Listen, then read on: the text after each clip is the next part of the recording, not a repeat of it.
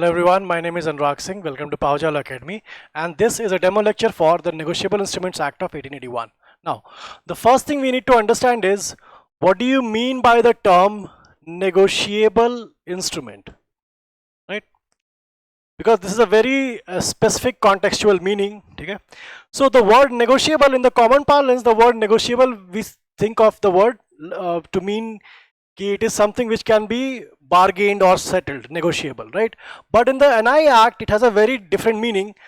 In the NI Act, the word negotiable means easily or freely transferable. Easily or freely transferable, right? So the word negotiable means easily or freely transferable. The word instrument means a written legal document,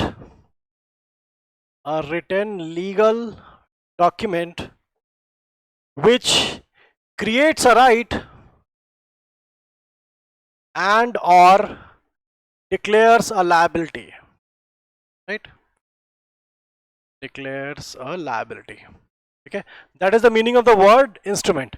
The instrument की meaning होती है a written legal document which either creates a right and or declares a liability. ठीक है, so taken together, the term negotiable instrument would mean that it is an easily or freely transferable legal document which creates a right and or declares a liability. अब यहाँ पर ये किस right या किस liability की बात हो रही है, that's a very specific one. देखो, the right is the right to receive the payment. ठीक है, right to receive the payment, and the liability is the liability to pay. ठीक है, liability to pay. ठीक है, so याद रखना कि in a negotiable instrument one party has the right to receive the payment and the other party has a liability to pay. ठीक है, so एक written legal document जिसमें कि एक पार्टी को मनी रिसीव होना है और एक पार्टी के ऊपर लायबिलिटी है मनी पे करने की, दैट्स अ नेगोशिएबल इंस्ट्रूमेंट. ठीक है, नाउ याद रखना कि there can be many kinds of negotiable instruments. ठीक है, there can be many kinds of negotiable instruments, like we have the promissory notes और द बिल ऑफ एक्सचेंज और cheques और shares, debentures, right, bank draft, demand draft, hundis. All of these are negotiable instruments. ठीक है, demand drafts, right, hundis, etc. All of these are negotiable instrument. ठीक है, ये सब किसके लिए होते हैं? पेमेंट के लिए होते हैं. So ultimate purpose of any negotiable instrument is payment. But according to the NI Act, there can be only 3 kinds of negotiable instrument, और वो है हमारे promissory note, bills of exchange and checks. ठीक है, बाकी जो है शेयर्स, डिबेंचर्स, ये कंपनी लॉ से गवर्न होते हैं. बैंक ड्राफ्ट, डिमांड ड्राफ्ट, ये हमारे चलते हैं द बैंकिंग रेगुलेशन एक्ट से, और जो हमारा हुंडीज है ये लोकल यूजेस वगैरह से चलते हैं. So according to the NI Act, there can be only 3 negotiable instruments. The first one is a promissory note, the second one is a bill of exchange, and the third one is a check. Okay, so promissory note is given under section 4, bill of exchange is given under section 5, and checks are given under section 6. ठीक है, so NI Act में हम लोग को यही 3 पढ़ने होते हैं, इनके अलावा और नहीं पढ़ना होता. All of the other ones are governed by their respective acts, और हुंडीज अपने लोकल यूजेस से चलते हैं, वो वर्नाक्युलर लैंग्वेज में होते हैं, ओरिएंटल लैंग्वेज में किसी में. सो अभी के लिए we will start with the features of a promissory note. कि एक प्रॉमिसरी नोट क्या होता है, ऐसे ही हम लोग देखेंगे कि बिल ऑफ एक्सचेंज क्या होता है, एंड ऐसे लास्टली हम लोग देखेंगे चेक्स क्या होते हैं. ठीक है, चलो let's start a promissory note. ठीक है, promissory note is given under section 4. ठीक है, तो देखो एक प्रॉमिसरी नोट को पहले एक बेसिक एग्जांपल समझते हैं. Suppose A sold a TV to B. ठीक है ना, B is the purchaser and A is the seller. यहां पर जिसने सेल किया है TV, the seller A has a right to receive the payment. ठीक है, and B the purchaser, he has a liability to pay, right? जिसने purchase किया है उसके ऊपर लायबिलिटी है कि वो टीवी का प्राइस पे करेगा, and A who is the seller he has the right to receive the amount of the TV, ठीक है। So what B is going to do, B has B what he can do, B can write on a piece of paper, ठीक है, piece of paper पे वो लिखेगा I promise to pay rupees 50,000, suppose the price of the TV is 50,000, to A, right? I promise to pay rupees 50,000 to A, and then this is going to be signed by B. Okay? So here B has made a promissory note in favor of A. He has made a voluntary promise, yet he is given an unconditional undertaking that he is going to pay this amount. So this piece of paper is known as a promissory note. ठीक है, this is a promissory note, so there is a promise to pay, ठीक है। अब याद रखना कि ऐसा हम लोगों को लगता है कि we have never seen a promissory note, but ऐसा नहीं है। All of us have seen a promissory note, we have even used it in our daily lives. जो करेंसी नोट हम लोगों को मिलता है उस पर भी अगर देखोगे तो वहां लिखा है I promise to pay the bearer a sum of 100 rupees और 500 रुपीज, चाहे जो भी हो, और उसके नीचे signed by the RBI governor होता है, ठीक है। That is also a promise to pay, I promise to pay a sum of this much amount, ठीक है। सो वो भी एक प्रॉमिसरी नोट है, ऑल्दो कि वो एनआई में फॉल नहीं करता, currency note does not fall in the NI, but फिर भी that's also a promissory note, ठीक है। तो याद रखना कि प्रॉमिसरी नोट हम सब लोगों ने देखा रखा है। So this is just a basic example of a promissory note. Now we have to see what are the essential features or essential characteristics of a promissory note, ठीक है। The first and the foremost and the most basic one is going to be a promissory note must be in writing, ठीक है, must be in writing। तो याद रखना it is मतलब a promissory note is always in writing, there can be no oral promissory note, हमेशा writing में होगा। और राइटिंग का मतलब ये नहीं है कि आपकी अपनी हैंड राइटिंग में होना चाहिए, it can be typed also, बिल्कुल चलेगा, प्रिंटेड भी चलेगा हमारा, but it must be in writing, ठीक है, फर्स्ट थिंग। अब इन अ promissory note याद रखना there are two parties, the person who is making the promise is known as the maker, और जिसके फेवर में बनाया गया है that person is known as the payee, ठीक है। तो there are two parties in a promissory note, the maker and the payee. तो यहां पर B will be known as the maker and A, यहां जिसके फेवर में बनाया गया है, he will be known as the payee. तो जिसे पैसा मिलना होता है that person is the payee, and the person who has an obligation to pay that person is known as the maker, ठीक है। चलो, so this is the second feature of the promissory note. Now third is that there must be an express promise to pay, must be an express promise to pay, ठीक है। सो देखो, जैसे मान लो कि अगर ए ने एक प्रॉमिसरी नोट बनाया है बी के फेवर में, और उसमें उसने लिखा है I O rupees 50,000 to B, ठीक है। Now this is not a promissory note, ठीक है। ये जो बोला है I owe this much amount to B, ये promissory note नहीं है। Why? Because the promise to pay is missing.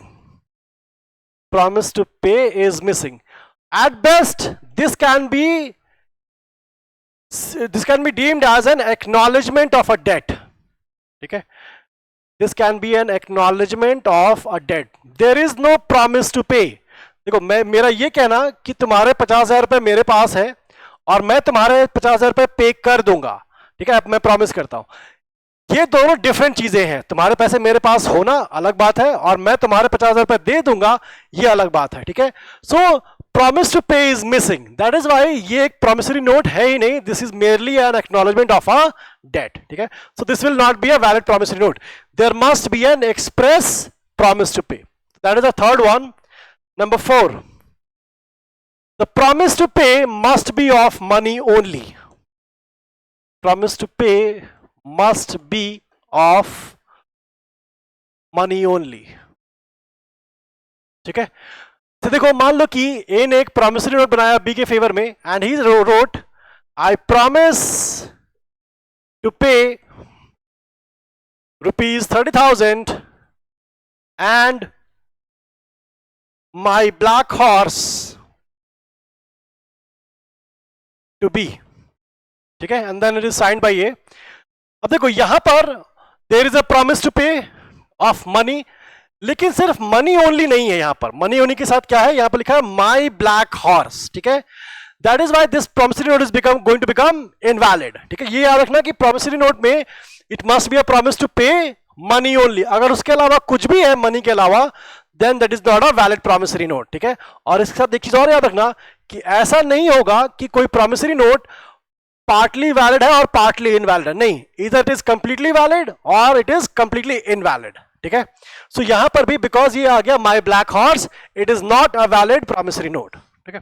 चलो number 5, the amount must be an exact amount or certain amount. The amount promised to be paid, the amount promised to be paid must be a certain amount.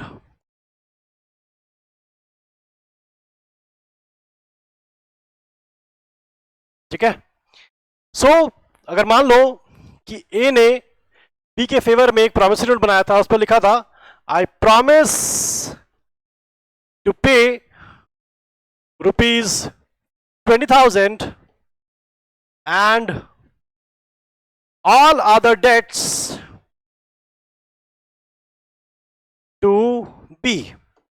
So यहां पर there is a promise to pay, right, money only है, 20,000 भी है, other dates भी है, but एक बात याद रखना 20,000 तो सर्टेन अमाउंट है, लेकिन ये जो वाला पार्ट है ऑल अदर डेट्स, राइट, ये क्या बना देगा, this amount becomes uncertain, because वो कितना अमाउंट है ये स्पेसिफाइड नहीं है, ठीक है।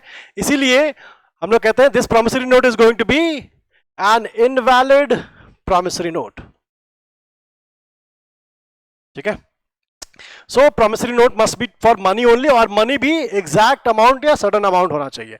It can include interest, but interest के बाद भी आप एग्जैक्ट अमाउंट पे पहुंच जाओगे, जैसे यहां पर ही एट 20,000 एट 6% इंटरेस्ट, ठीक है। अगर मान लो ये भी ऐड कर दो तो भी 6% इंटरेस्ट के बाद आप एग्जैक्ट अमाउंट पे पहुंच जाओगे, वो वेग नहीं है, ठीक है। चलो ये हमारा पॉइंट नंबर 5। नाउ और पॉइंट नंबर 6 इज जो प्रॉमिस टू पे है इट मस्ट बी अनकंडीशनल, ठीक है। So the promise to pay must B unconditional, must be unconditional, ठीक है। अब देखो ये एक बात का ध्यान देना कि although it is said it is unconditional, से देखो मान लो कि हम लोग को प्रॉमिस टू पे करना है, तो ए ने बी के फेवर में एक प्रॉमिसरी नोट बनाया है और उसमें लिखा है आई प्रॉमिस टू पे the amount ₹20,000 to be 7 days after my marriage, ठीक है। अब ये कैसा है, कंडीशनल लगा दिया है, राइट, इसमें कंडीशन लगा दी कि मेरे मैरिज के 7 डेज के बाद मैं पे करूंगा, ठीक है। So it must B unconditional, तो ये प्रॉमिसरी नोट कैसा है, this is an invalid promissory note, ठीक है। लेकिन इसके साथ एक चीज और ध्यान रखना कि ये जो प्रिंसिपल है मस्ट बी अनकंडीशनल, ऐसा होता नहीं है, because promissory note can be conditional, लेकिन कंडीशन को हम लोग को डिवाइड करना पड़ता है 2 पार्ट में, ठीक है। अगर कंडीशनल है कोई प्रॉमिसरी नोट तो कंडीशन में देखेंगे हम लोग कि वो किस तरह की कंडीशन है, is it a condition which is bound to happen or is it a condition which may or may not happen, ठीक है। तो हम लोग उस पर डिवाइड कर देते हैं, is it a condition which may or may not happen or is it a condition which is bound to happen,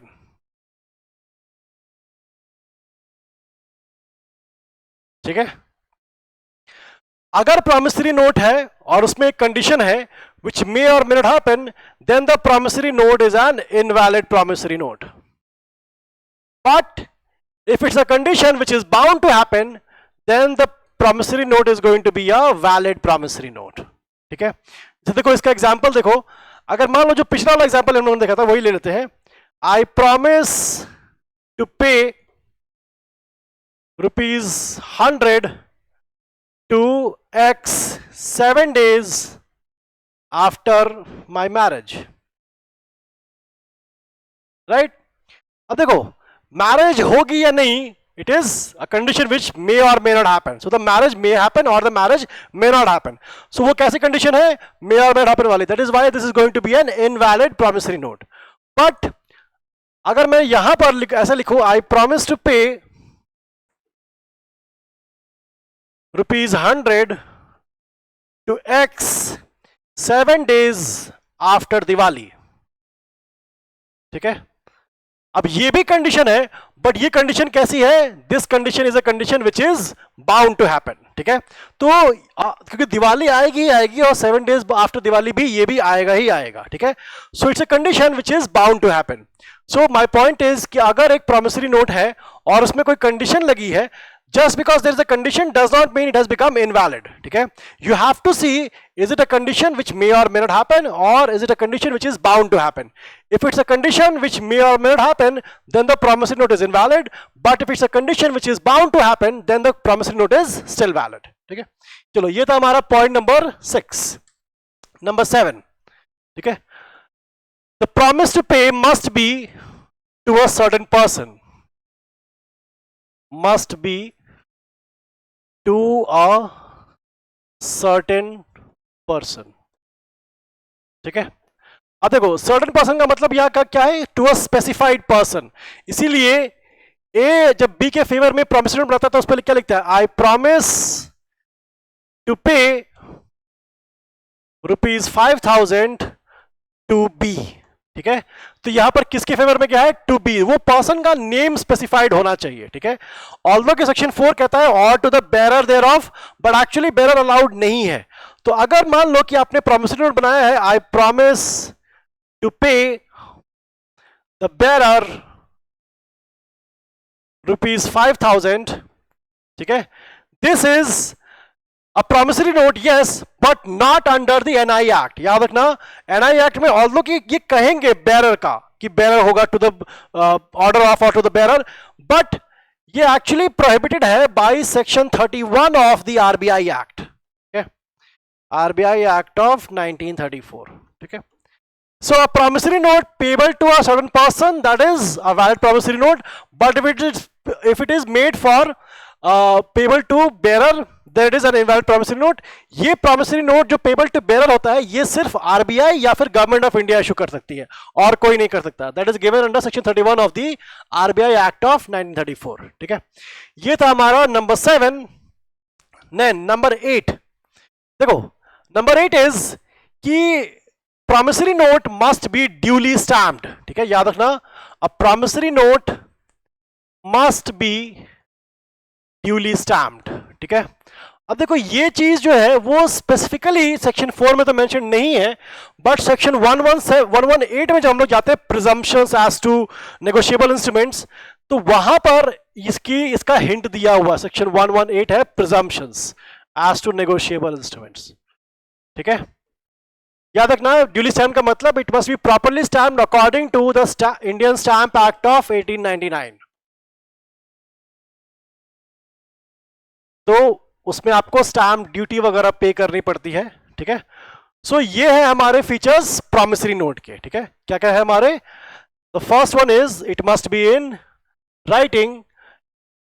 पहला हमारा इन राइटिंग होना चाहिए. दूसरा हमारा क्या है, there must be two parties, the maker and the pay. There must be an express promise to pay. The promise to pay must be of money only, ठीक है. और मनी ओनली के साथ हम लोगों ने देखा it must be a certain amount और एन एग्जैक्ट अमाउंट. और इसके साथ ही हम लोग देखते हैं कि इट मस्ट बी अनकंडीशनल. अगर कंडीशन लगती है तो, अगर कंडीशन मे नॉट हैपन है तब तो इनवैलिड है, अगर कंडीशन बाउंड टू हैपन है तब तो वैलिड है. और इसके साथ हम लोग देखते हैं कि it must be to a certain person, it must not be payable to bearer, ठीक है. अगर बेरर वाला है तो वो RBI एक्ट ऑफ 1934 प्रोहिबिट कर देता है, ठीक है. And lastly the promissory note must be properly stamped, ठीक है. अब देखो ये तो था हमारा प्रॉमिसरी नोट के बारे में एसेंशियल फीचर्स. जो सेकंड हमारा नेगोशिएबल इंस्ट्रूमेंट होता है वो होता है हमारा बिल ऑफ एक्सचेंज, ठीक है. देखो बिल ऑफ एक्सचेंज में it is a bit different from promissory note, but also some things are similar. Similar चीजें क्या क्या होती है, it must be in writing, ठीक है. The promise to pay must be of money only, ठीक है. और इसके साथ सडन अमाउंट होना चाहिए, सडन पर्सन होना चाहिए, स्टैम्प्ड होना चाहिए. ये सारी चीजें सिमिलर है यहाँ पर, ठीक है. जो सिमिलर चीजें हैं उसको हम लोग देखेंगे अभी। तो बिल ऑफ एक्सचेंज में क्या होता है, a person A orders B someone else to pay to someone else, ठीक है। So A orders B to pay it to C, ठीक है। So A makes a bill of exchange and gives it to C who has to go and take the money from B, ठीक है। A orders it to pay to C. Now here A, जिसने कि ये bill of exchange बनाया है, that person is known as the drawer. The person who is ordered to pay, that person is known as the drawee. And C is known as the payee, ठीक है, जिसके favour में बनाया गया है, ठीक है। So बिल ऑफ एक्सचेंज में there are three parties. There's a drawer, there's a drawee, and then there is the payee, ठीक है। So जैसा कि कई बार हम लोग अपने फ्रेंड्स के बीच में भी करते हैं कि अगर मुझे किसी को पैसे देने हैं तो मैं बोलता हूं कि मेरे पैसे उसके पास है, तुम मुझसे जाकर के ले लो, ठीक है। सो वही काम A orders B to pay to C, ठीक है। सो यहां पर पहली चीज, how is it different from promissory note. Promissory note में there are two parties, but यहां पर कितनी है, देयर आर थ्री पार्टीज, ठीक है। पहली बात, कौन कौन से हैं, ड्रॉअर, ड्रॉई एंड पे। दूसरा, यहां पर याद रखो कि जो ड्रॉई है उसकी एक्सेप्टेंस चाहिए होती है यहां पर। So we need the drawee's acceptance, ठीक है। थर्ड जो होता है दैट इज कि जो पे है और जो ड्रॉई है, ठीक है, जब पे जाता है ड्रॉई के पास एक्सेप्टेंस के लिए, तो at that time the drawee has to accept it, he can even refuse it. Refuse कर दिया तो डिसऑनर हो जाता है वैसे, बट सेक्शन 63 ये भी बोलता है कि the drawee can ask for 48 hours of time for deliberation. 63 then it is read with 83, but let's not go there. देखो यहां पर ड्रॉई की एक्सेप्टेंस, अब देखो प्रॉमिसरी नोट में क्या होता है कि it can only be made payable to a specified person or certain person, but bill of exchange जो है ये होता है हमारा, this can be made payable to bearer, ठीक है। पेबल टू बेरर और ऑर्डर दोनों में से कुछ भी हो सकता है। तो एक पर्सन जो है स्पेसिफाइड भी हो सकता है या फिर पेबल टू बेरर भी हम लोग इसे कर सकते हैं, ठीक है। सो देखो बिल ऑफ एक्सचेंज में ये सारे डिफरेंसेस होते हैं फ्रॉम अ प्रॉमिसरी नोट।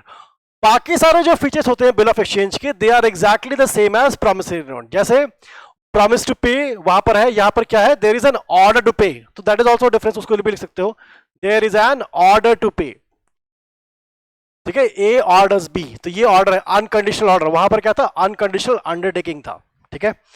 सो ये चीजें हमारे डिफरेंट है, बाकी सब कुछ वही है। जैसे bill of exchange must also be in writing, it must also be for payment of money only, it must be for an exact amount, ठीक है। ये सारी चीजें जो है वहां वाली वो सब भी आती है, it must also be duly stamped. तो ये चार फीचर्स जो है वो डिफरेंट है प्रॉमिसरी नोट से, and all other features of promissory note वो भी आ जाते हैं हमारे बिल ऑफ एक्सचेंज में, ठीक है। सो बिल ऑफ एक्सचेंज इसीलिए कंपैरेटिवली इजियर होता है समझने के लिए, बिकॉज प्रॉमिसरी नोट में हम लोगों ने ऑलरेडी फीचर्स कर रखे हैं उसके, ठीक है। अब लास्टली हमारा आता है चेक, ठीक है। अब देखो याद रखना, cheque is a bill of exchange payable on demand, payable on demand, ठीक है। तो चेक क्या होता है, cheque is also a bill of exchange, but ये पेबल ऑन डिमांड होता है। Now, what do you mean by payable on demand and payable otherwise than on demand? Payable on demand में the payee can ask for the payment anytime he wants. So it depends upon the payee's choice. ठीक है? Payable on demand कब पे करोगे, जब भी पेई demand करेगा। जैसे चेक जो है पेबल ऑन डिमांड है, अगर मान लो कि मैंने अभी चेक दिया है किसी को, he can immediately go to the bank and ask for the payment. ठीक है? बट ऐसा भी हो सकता है वो बोले कि आज नहीं जाऊंगा कल जाऊंगा, ऐसा हो सकता है कि बोले कि कल नहीं नेक्स्ट वीक चलते हैं, ठीक है।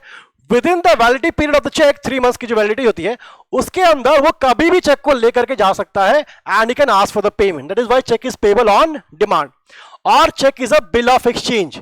याद रखना कि बिल ऑफ एक्सचेंज के जो भी फीचर्स होते हैं वो सारे के सारे चेक पर भी अप्लाई हो जाते हैं, क्योंकि अगर देखोगे तो चेक में ए orders the bank to pay to C, right. Check दे दिया सी को, बोला कि जाओ बैंक से, जाओ बैंक के पास एंड बैंक से पेमेंट ले लो। So A has ordered the bank to make the payment to C. A says कि मेरे पैसे बैंक के पास है, तुम बैंक से ले लो, ठीक है। इसीलिए चेक और बिल ऑफ एक्सचेंज में फीचर्स सारे कैसे होते हैं. The only difference, there are two differences. First, bill of exchange जो है वो पेबल ऑन डिमांड और पेबल अदरवाइज ऑन डिमांड, दोनों तरीके से हो सकता है, लेकिन check is always payable on demand. First thing. Second thing, in a bill of exchange, the drawee can be any person, but in a check, the drawee is always a bank. ठीक है, ये जो होगा इसको हम लोग drawer ही बोलते हैं, और इन सब केसेस इवन मेकर भी बोलते हैं. C is the pay. ठीक है. सो चेक क्या होता है? Cheque is a bill of exchange payable on demand. ठीक है, तो डिफरेंस क्या आ जाता है? यहां पर पेबल ऑन डिमांड है और इसमें जो ड्रॉई है वो हमेशा बैंक होता है. अगर इस डिफरेंस को समझना हो तो याद रखना, बिल ऑफ एक्सचेंज एक बड़ा सर्कल है और चेक जो है इसके अंदर एक छोटा सर्कल है. सो चेक अंदर आएगा और बिल ऑफ एक्सचेंज बाहर आता है. ठीक है, सो इसीलिए कहते हैं every cheque is a bill of exchange but not every bill of exchange is a cheque. Right, ये हमारा सेक्शन 6 में, दिस इज सेक्शन 6. ठीक है, और हमारा bill of exchange that is in section 5. ठीक है, सो आज जो हम लोगों ने किया है that is a very basic overview of the negotiable instrument act. Negotiable instrument क्या होते हैं? It is for the payment of money. ठीक है, एक instrument, written legal document, liability to pay, right to get paid. ठीक है, और साथ में एनआई एक्ट के अकॉर्डिंग 3 ही होते हैं, लेकिन there can be other negotiable instruments also. अब negotiable instrument the term has been defined in section 13 of the NI act, और नेगोशिएशन की जो डेफिनेशन है वो दी हुई है सेक्शन 14 में. ठीक है, सो जस्ट लास्ट मिनट कि section 13 defines negotiable instrument and section 14 defines negotiation. कि नेगोशिएशन क्या होता है? You transfer the negotiable instrument to make someone else the holder thereof or the owner thereof. ठीक है, so that will be just to give you an overview of the Negotiable Instrument Act or a brief introduction of the Negotiable Instrument Act of 1881. ठीक है, so that will be it from my side for today's lecture. Thank you everyone.